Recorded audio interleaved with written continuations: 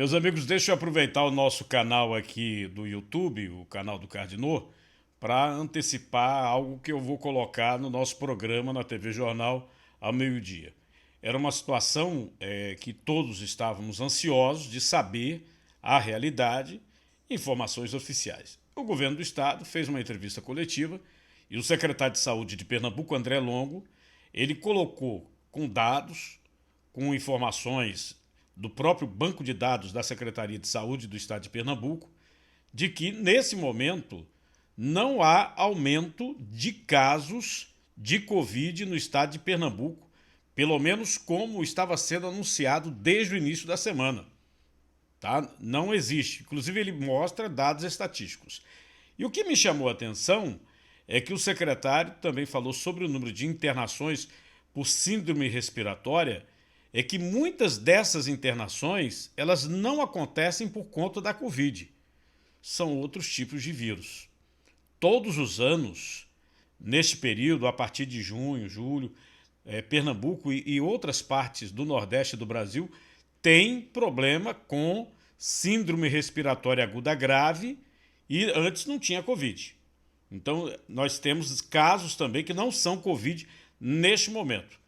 São vários os alertas também que a Secretaria de Saúde faz para que as pessoas não abandonem os bons hábitos, lavar as mãos, usar a máscara, o álcool em gel e evitar aglomerações.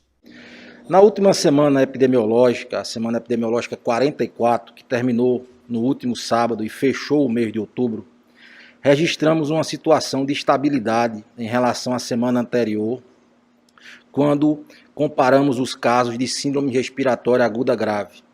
Nesta última semana, na atualização do boletim de hoje, nós tivemos um caso a menos do que na semana epidemiológica 43. Já na comparação com a semana epidemiológica 42, houve um aumento em números absolutos de 30 casos de síndrome respiratória aguda grave. Portanto, casos suspeitos de Covid, quando comparamos com essa semana 15 dias atrás, uma variação de 4,8% para mais.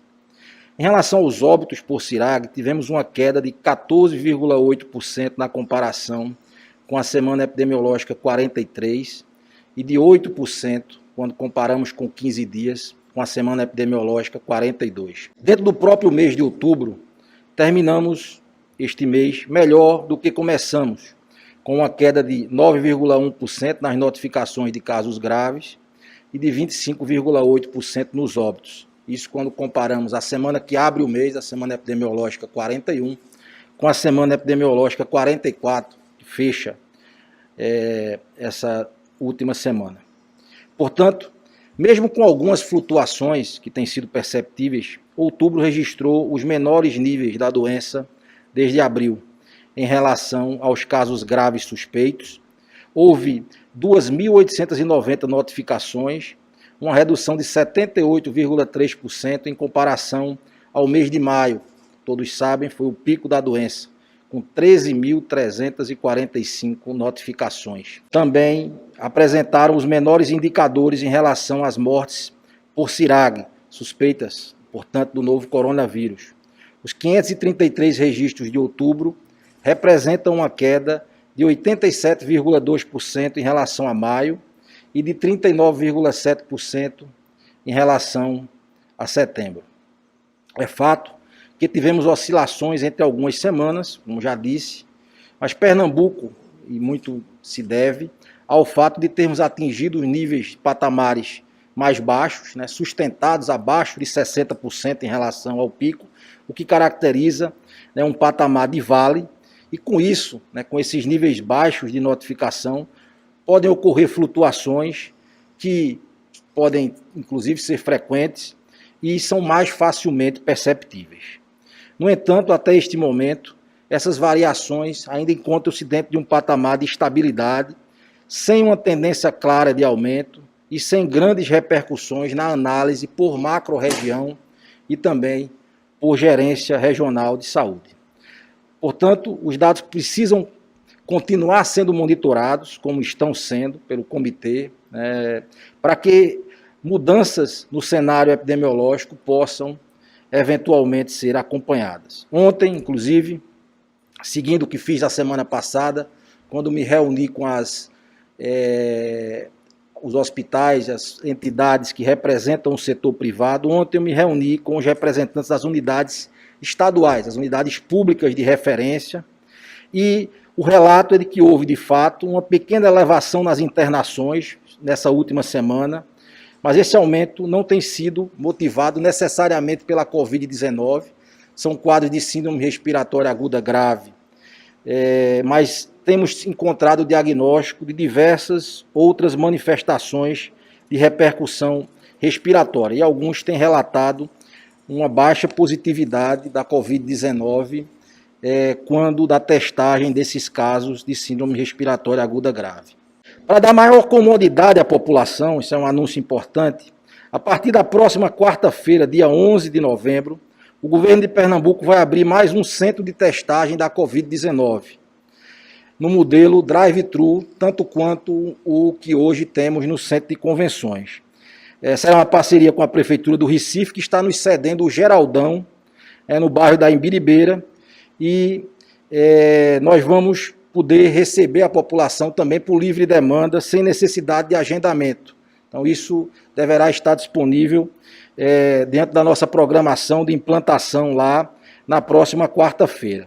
Desde o início da pandemia, por determinação do governador Paulo Câmara, Pernambuco vem trabalhando para aumentar a capacidade de análise dos exames de RT-PCR, considerado o padrão ouro para diagnosticar a doença na sua fase aguda, ainda sintomática. Para isso, o Parque Tecnológico do LACEN foi modernizado, teve sua capacidade ampliada e fizemos chamamento de novos profissionais para atender essa demanda. Estamos convocando, inclusive, mais profissionais, mais técnicos de laboratório, mais biomédicos nas próximas semanas para ampliar ainda mais essa capacidade de trabalho. Tudo isso possibilitou a ampliação do público prioritário para a testagem, lembrando que hoje as pessoas sintomáticas e os contactantes de pessoas positivas, sintomáticas, já podem fazer a testagem. É possível agendar pelo Atende em Casa ou procurar as unidades que hoje estão abertas para demanda espontânea. Durante as perguntas que foram feitas online, uma delas com referência ao aumento de internações, aumento de casos registrados pelo SAMU e também a coincidência da situação da Europa. O secretário ele voltou a afirmar que não vê que aqui no estado de Pernambuco estejamos vivendo o que a Europa vive hoje, a tal segunda onda. Mas o secretário fez uma advertência que muita gente não tem levado em consideração. A coincidência de aumento de casos, um leve aumento, mas tem um aumento de registro a partir de outubro e novembro. E casos que não são ligados à Covid. São casos de outros vírus que continuam circulando. E aí o secretário faz a advertência ao público, porque tem muita gente que não está respeitando o próximo, porque ele pensa que ao não se cuidar, ele não está se cuidando, não está se respeitando, mas não respeita também o seu vizinho. Nós não vemos ainda uma situação de descontrole ou uma situação de tendência clara e sustentada de aumento. Os aumentos, o monitoramento que a gente faz de síndrome respiratória aguda grave, houve uma estabilidade nessas últimas 2 semanas, houve um pequeno aumento nos últimos 15 dias, quando comparamos um mês, há redução dentro do mês de outubro, então até o último sábado. Nós temos procurado acompanhar isso diariamente. As taxas de ocupação, elas pressionaram um pouco mais nessa última semana, mas a gente ainda está em investigação disso, porque não houve aumento, como disse, significativo de quadros de síndrome respiratória aguda grave que justifiquem esse leve aumento nas taxas de ocupação, mas não há taxa de ocupação ainda sustentada acima de 80%, então não há como se falar em segunda onda ou mesmo num crescimento sustentado importante. Nós precisamos então observar o cenário epidemiológico por mais tempo para poder ter uma definição. O que o especialista ouvido tem total razão é que a gente tem que seguir os protocolos seguir as medidas sanitárias que estão sendo propostas e que o desrespeito a elas, em qualquer, como bem disse o secretário Bruno Schwammer, em qualquer país, né, vai levar sim a um aumento no índice de contaminação, na taxa de transmissão, e isso pode eventualmente levar a maior ou menor crescimento, né, de casos, a depender do comportamento da nossa sociedade e no segmento por parte de todos os setores econômicos dos protocolos.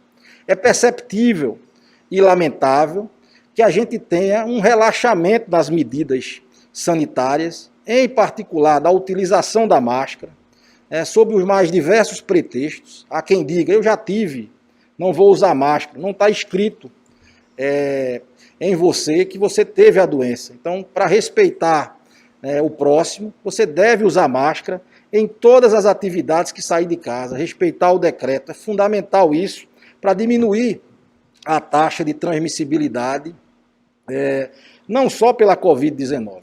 É também importante, e já apontado pelas nossas séries históricas e pelos nossos sanitaristas, epidemiologistas, que o mês de novembro tem um certo repique de doenças respiratórias, não necessariamente a Covid-19, porque isso é um comportamento de anos não epidêmicos. Então há outros vírus circulando, há outras doenças circulando, e é preciso ter um comportamento geral da sociedade, de atenção para a pandemia, que sempre dissemos aqui, não acabou, o vírus está circulando, há transmissão comunitária e as pessoas precisam se cuidar.